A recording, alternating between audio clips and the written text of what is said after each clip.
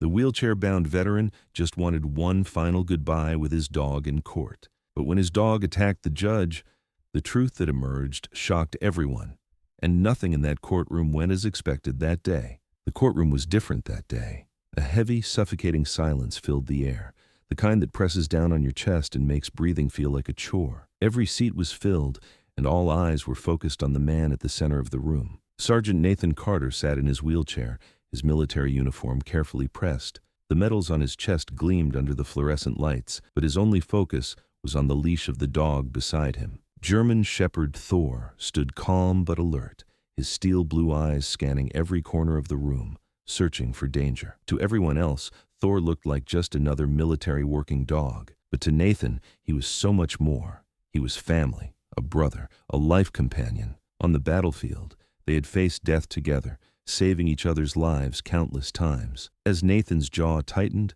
the judge addressed him, reminding him this was his final chance to speak. The Army had decided to reassign Thor. Considered government property, the dog was needed for another mission.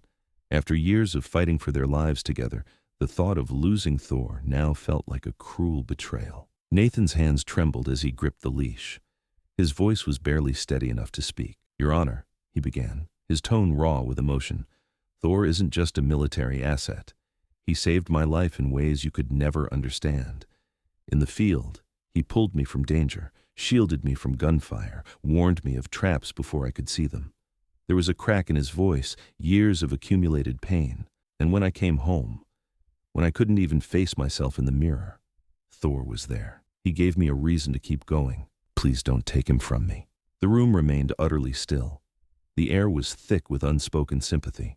Some spectators dabbed at their eyes while others exchanged glances, their expressions a mix of pity and outrage. The judge's face remained neutral, his eyes studying Nathan for a long moment before he leaned forward, preparing to deliver his ruling. But before the words could leave his mouth, something unexpected happened. Thor stood abruptly, yanking the leash free from Nathan's trembling hands. The dog moved toward the judge, barking sharply, his voice echoing through the courtroom. The crowd gasped, and the bailiff stepped forward instinctively. Though Thor showed no signs of aggression, his barks were insistent, purposeful, as if he were trying to communicate something urgent. "Thor!" Nathan called, his voice breaking with panic. But deep down, he had seen this behavior before, countless times on the battlefield. Thor wasn't just barking, he was alerting. The murmurs in the courtroom grew louder. "What's wrong with the dog?" someone whispered from the back row. Nathan's chest tightened as he wheeled himself forward, his voice trembling. "He's not just barking. He only does this when there's danger. He's trying to warn us about something." The judge froze, his gavel forgotten in his hand, his eyes locked on Thor. The room fell silent again, except for the dog's barks echoing like a heartbeat. Thor's stance was low, his body tense, ears pinned back, and eyes locked on the judge's bench. Nathan knew this posture all too well. This was Thor's threat detection stance from the battlefield. "Your Honor," Nathan's voice carried urgency. "Thor is trained to detect threats, bombs, explosives, danger. He wouldn't act like this unless something was wrong." The room grew even quieter. Thor's barks were sharp and rhythmic, each sound bouncing off the wooden walls and cutting through the tension like a blade.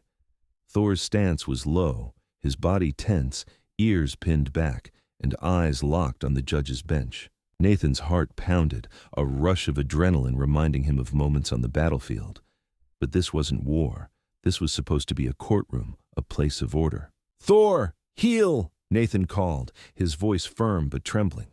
Thor briefly glanced back at him, his gaze sharp, as if to reassure his handler that he was in control. Then, without hesitation, Thor returned his focus, pacing in short, deliberate steps in front of the judge's bench. Thor's barks shifted to deep guttural growls that sent a shiver through the room. The audience began murmuring nervously, the earlier sympathy for Nathan now morphing into palpable unease. "Mr. Carter," the judge said, his tone laced with irritation, "control your dog or I will have to—" "Your Honor," Nathan interrupted, his voice louder, steadier, though his chest tightened with fear. "Thor isn't misbehaving. He's trained to detect threats, bombs, explosives, danger. He wouldn't act like this unless he sensed something was wrong." Nathan's explanation shifted the atmosphere, replacing skepticism with a creeping sense of dread. Before anyone could respond, Thor suddenly stopped barking. The abrupt silence was jarring, almost deafening. Thor's body went completely rigid as his head snapped toward the far end of the courtroom, toward the heavy wooden doors leading into the courtroom.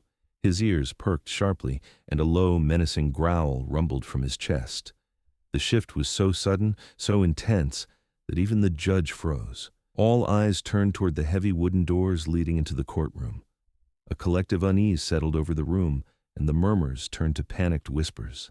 Nathan's breathing quickened as he followed Thor's line of sight, his pulse thundering in his ears. He had seen this exact behavior before, on the battlefield, moments before Thor uncovered a buried explosive or signaled an enemy ambush. Whatever Thor sensed now wasn't good. Nathan's breath came faster, his hands gripping the armrests of his wheelchair as if bracing himself for a blast. He had seen this before, too many times to count on the battlefield. Thor's instincts had been the difference between life and death.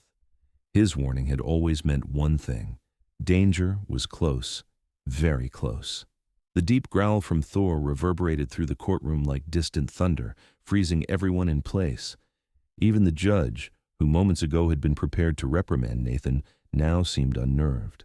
His gavel remained forgotten in his hand as he exchanged uneasy glances with the bailiffs. The air felt electric, thick with a tension that no one could explain. Nathan's breath came faster, his hands gripping the armrests of his wheelchair as if bracing himself for a blast. "Stay calm," Nathan murmured to himself, but the words felt hollow even to him. The bailiffs, unsure of how to proceed, hesitated by the judge's bench. One of them, a man with a broad frame and a wary expression, finally stepped forward, his hand resting on the weapon at his hip. "It's just a dog, right?" he muttered, though his voice betrayed his own unease. "Probably reacting to the noise or the crowd." Nathan shook his head, his voice rising just enough to cut through the murmurs of the crowd. "Number Thor doesn't react to noise or people like this. He's trained to sense danger, things we can't see. Trust me, if he's growling like that, there's a reason." The judge, visibly unsettled, finally nodded at the bailiffs, motioning for them to investigate the door. Thor's growl grew louder as the bailiffs approached the door. The larger man reached out hesitantly, his hand gripping the metal handle. For a moment the room seemed to hold its breath. Nathan's heart pounded as he watched, every muscle in his body coiled with anticipation. Thor's body remained rigid, his growls turning into a series of sharp clipped barks as the handle began to turn. The door creaked open, revealing the dark hallway beyond. At first, it seemed empty, but Thor's barking only intensified, his eyes fixed on something unseen. The larger bailiff took a step into the hallway, his hands still on his weapon. He glanced back at the courtroom, his face pale, and said, "There's something here." Nathan's pulse quickened as he leaned forward in his chair, his chest tight with dread. Whatever the bailiff had seen, it was enough to make Thor's instincts flare to life. And Nathan knew better than anyone. Thor was never wrong. A metallic clang echoed from deep in the corridor. The sound was unmistakable and jarring in the suffocating silence. The smaller bailiff flinched, his flashlight beam shaking as he instinctively stepped back. Thor lunged toward the sound, barking ferociously, his claws scraping against the floor as he strained against his leash. Gasps erupted from the courtroom, and panic began to ripple through the crowd. The larger bailiff instinctively drew his weapon, his voice tight with alarm. What the hell was that? Nathan's heart pounded in his chest as he raised his voice above the chaos. "Get back!" he yelled, his voice trembling with a mix of fear and certainty. He's never wrong. Something's coming, and it's not good. The metallic clang echoed again, louder this time, as if whatever had caused it was now much closer. Heavy footsteps approached, not hurried, not urgent, calm and deliberate. Thor barked frantically. From the depths of the corridor a figure emerged, slowly, calmly, almost eerily so. It was a man, his face obscured by a hood, his hands tucked into the pockets of a heavy coat. His movements were deliberate, his posture oddly relaxed despite the chaos he'd caused.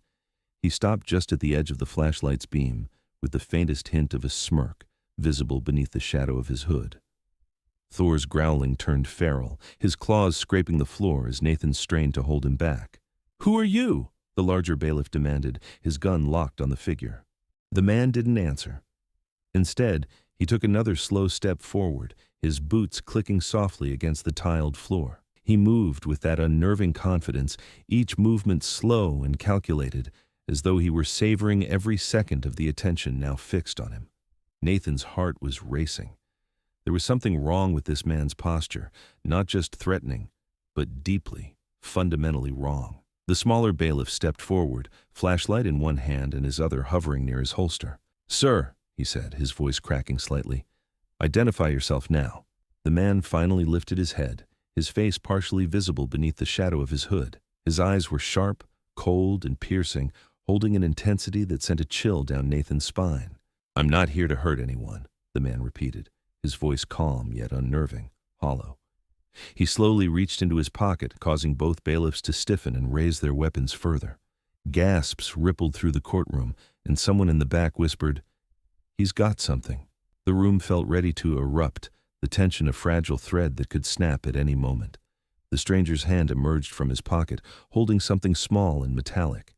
It glinted in the dim light, revealing itself to be a simple key. The bailiffs shouted in unison, "Drop it!" The man paused, his lips curling into a faint smirk. "Relax," he said smoothly, holding the object up. "It's just a key." But Nathan's unease only deepened. Thor's barking didn't falter, his focus locked on the man, as if the key was nothing but a distraction, concealing the real threat. "That dog," the man said, his voice low and almost conversational. "He's special, isn't he? Always knows things before they happen. That's what makes him so valuable." The tone was calm, but the weight of his words sent a wave of dread through the room. Nathan's stomach dropped. How did this man know about Thor, about his abilities? "How do you know that?" Nathan demanded, his voice sharp and shaking in equal measure. The man's smirk grew, his eyes glinting with something sinister. "You'll find out soon enough." And then, with a sharp metallic click, he turned the key in his hand. The sound was subtle, but its effect was immediate. Thor erupted into a frenzy, barking louder than ever, and before anyone could react, the lights in the courtroom flickered violently. A moment of pure darkness swept through the room. In the black void, Nathan could hear gasps, shouts, and the scrape of chairs as people scrambled in fear. When the lights flickered back on, the stranger was no longer alone.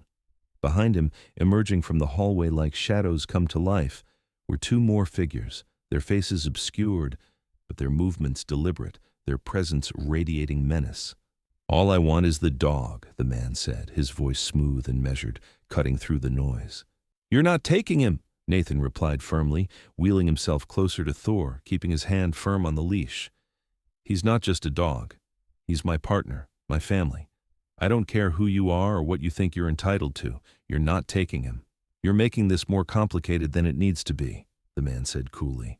"He's special, you know that. But keeping him will only make things harder for you." "Thor stays with me," Nathan said firmly, his voice unwavering. At that moment, Thor suddenly did something different. The dog ran to a hidden panel behind the judge's bench and began clawing at it frantically, barking wildly.